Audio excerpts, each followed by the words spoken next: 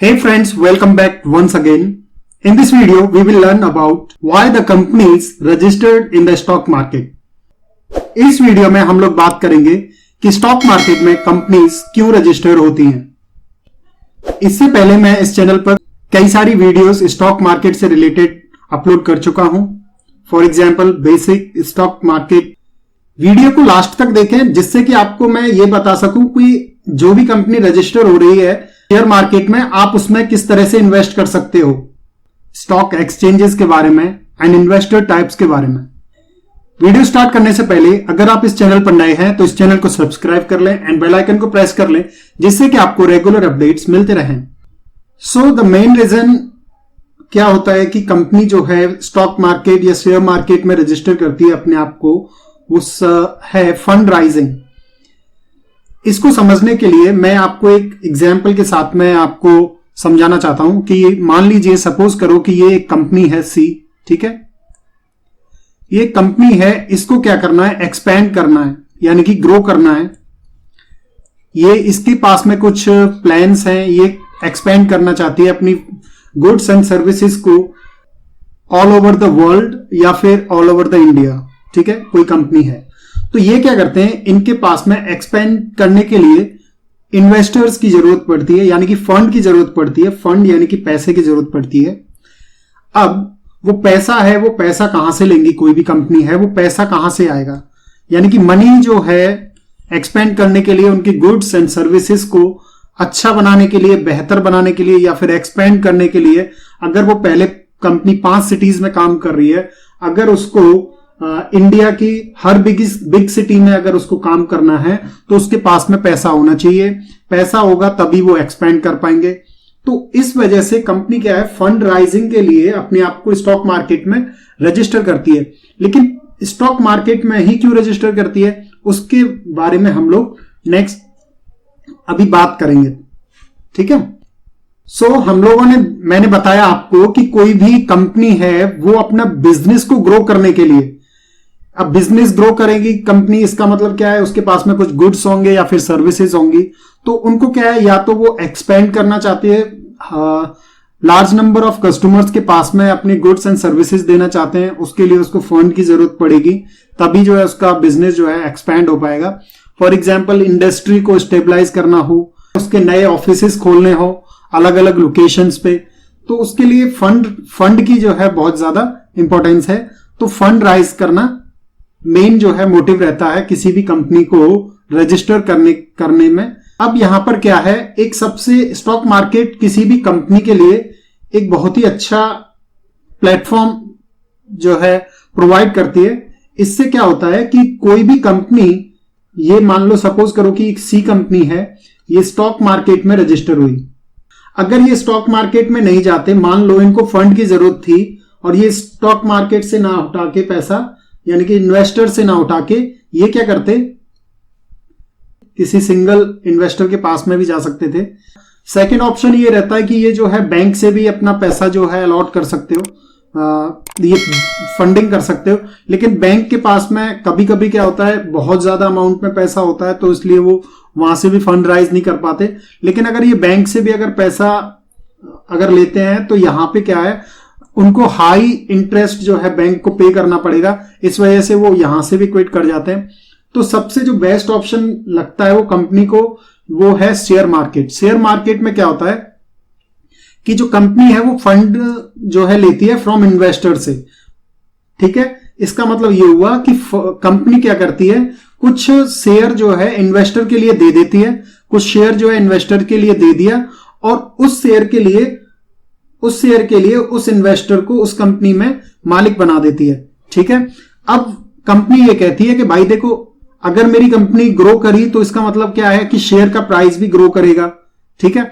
अगर शेयर का price grow करेगा तो हम लोग जो है आपके साथ में प्रॉफिट भी शेयर करेंगे, और अगर इन केस अगर लॉस होता है तो आपको लॉस भी आपके साथ में शेयर करेंगे, ठीक है। तो यहां पर क्या होता है कि कंपनी को ना तो किसी को इंटरेस्ट देने की जरूरत पड़ती, जैसे कि इन केस में अगर बैंक से पैसा लेते हैं अगर मोटी रकम, तो उनको जो है हो सकता है अगर मान लो 5% पे भी या 10% पे कोई भी पैसा देता तो क्या है वहां पर क्या होता, उस कंपनी के लिए लॉस हो सकता है ज्यादा, यानी कि उसको अर्निंग क्या है, उस जिस इंटरेस्ट पे उसको पैसा मिल रहा है उस इंटरेस्ट से ज्यादा जो है उसको अर्निंग करनी पड़ती उसको बीट करने के लिए। लेकिन इन्वेस्टर के केस में क्या है, वो क्या करते हैं, कंपनी क्या करती है, अपना जो भी प्रॉफिट होगा या फिर लॉस होगा उसको क्या है इन्वेस्टर में क्या कर देते हैं, शेयर कर देते हैं। इन्वेस्टर में शेयर कर देते हैं कि भाई देखो मैं जो है मेरे को पैसों की जरूरत है। कोई कंपनी बोलती है इन्वेस्टर को, ये कंपनी है, इन्वेस्टर को ये बोलते हैं कि मेरे को जो है इतने पैसों की जरूरत है। इन्वेस्टर्स इसको पैसा देते हैं, ठीक है, इस कंपनी को। जिस इन्वेस्टर को लगता है कि ये कंपनी ग्रो करेगी इन फ्यूचर, तो वो वहां पर पैसा लगाते हैं, उसका शेयर बाय करते हैं और उन शेयर के वो मालिक बन जाते हैं उस कंपनी में, ठीक है। अब क्या ये कंपनी जो है ग्रो कर रही है तो शेयर प्राइस भी इंक्रीज होगा। अब शेयर प्राइस इंक्रीज होगा, देन यहां से इन्वेस्टर उन शेयर्स को क्या है सेल कर सकता है, वहां से प्रॉफिट अर्न कर सकता है।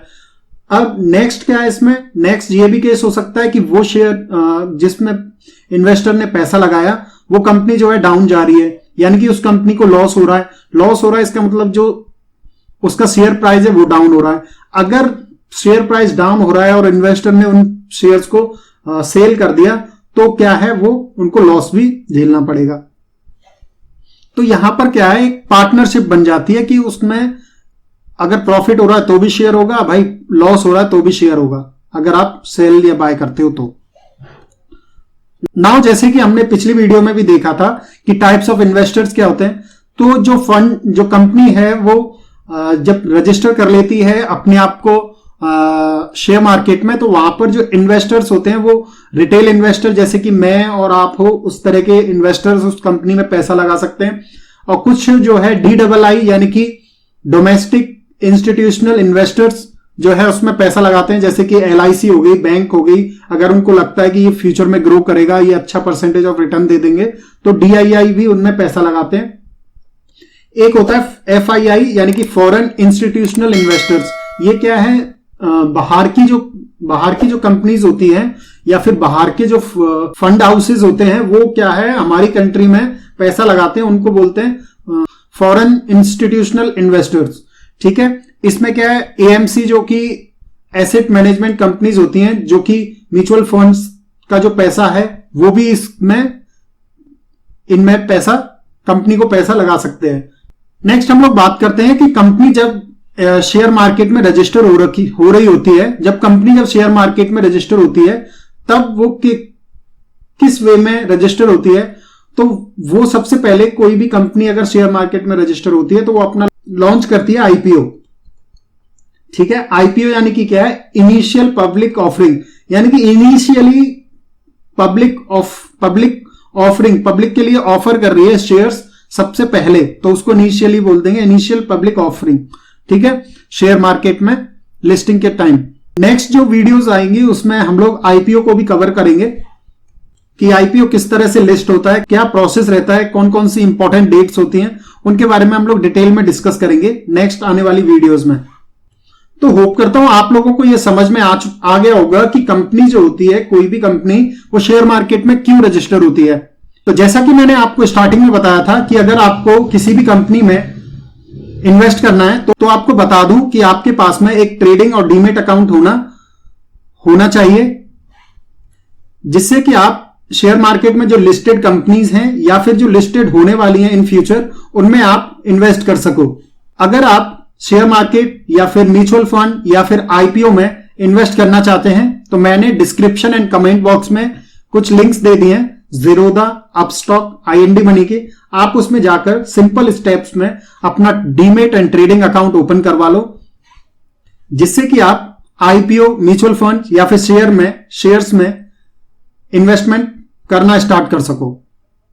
Thank you for watching this video. Hope करता हूं ये वीडियो आपको इंफॉर्मेटिव लगा होगा। वीडियो पसंद आया तो इसको लाइक करें, अपने फ्रेंड्स एंड फैमिली के साथ में इसको शेयर करें। अगर आपका कोई भी डाउट है तो आप मेरे को कमेंट सेक्शन में कमेंट करके पूछ सकते हो। और अगर आपने अभी तक इस चैनल को सब्सक्राइब नहीं किया तो इस चैनल को सब्सक्राइब कर लें एंड बेल आइकन को प्रेस कर लें, जिससे कि आपको रेगुलर अपडेट्स मिलते रहें।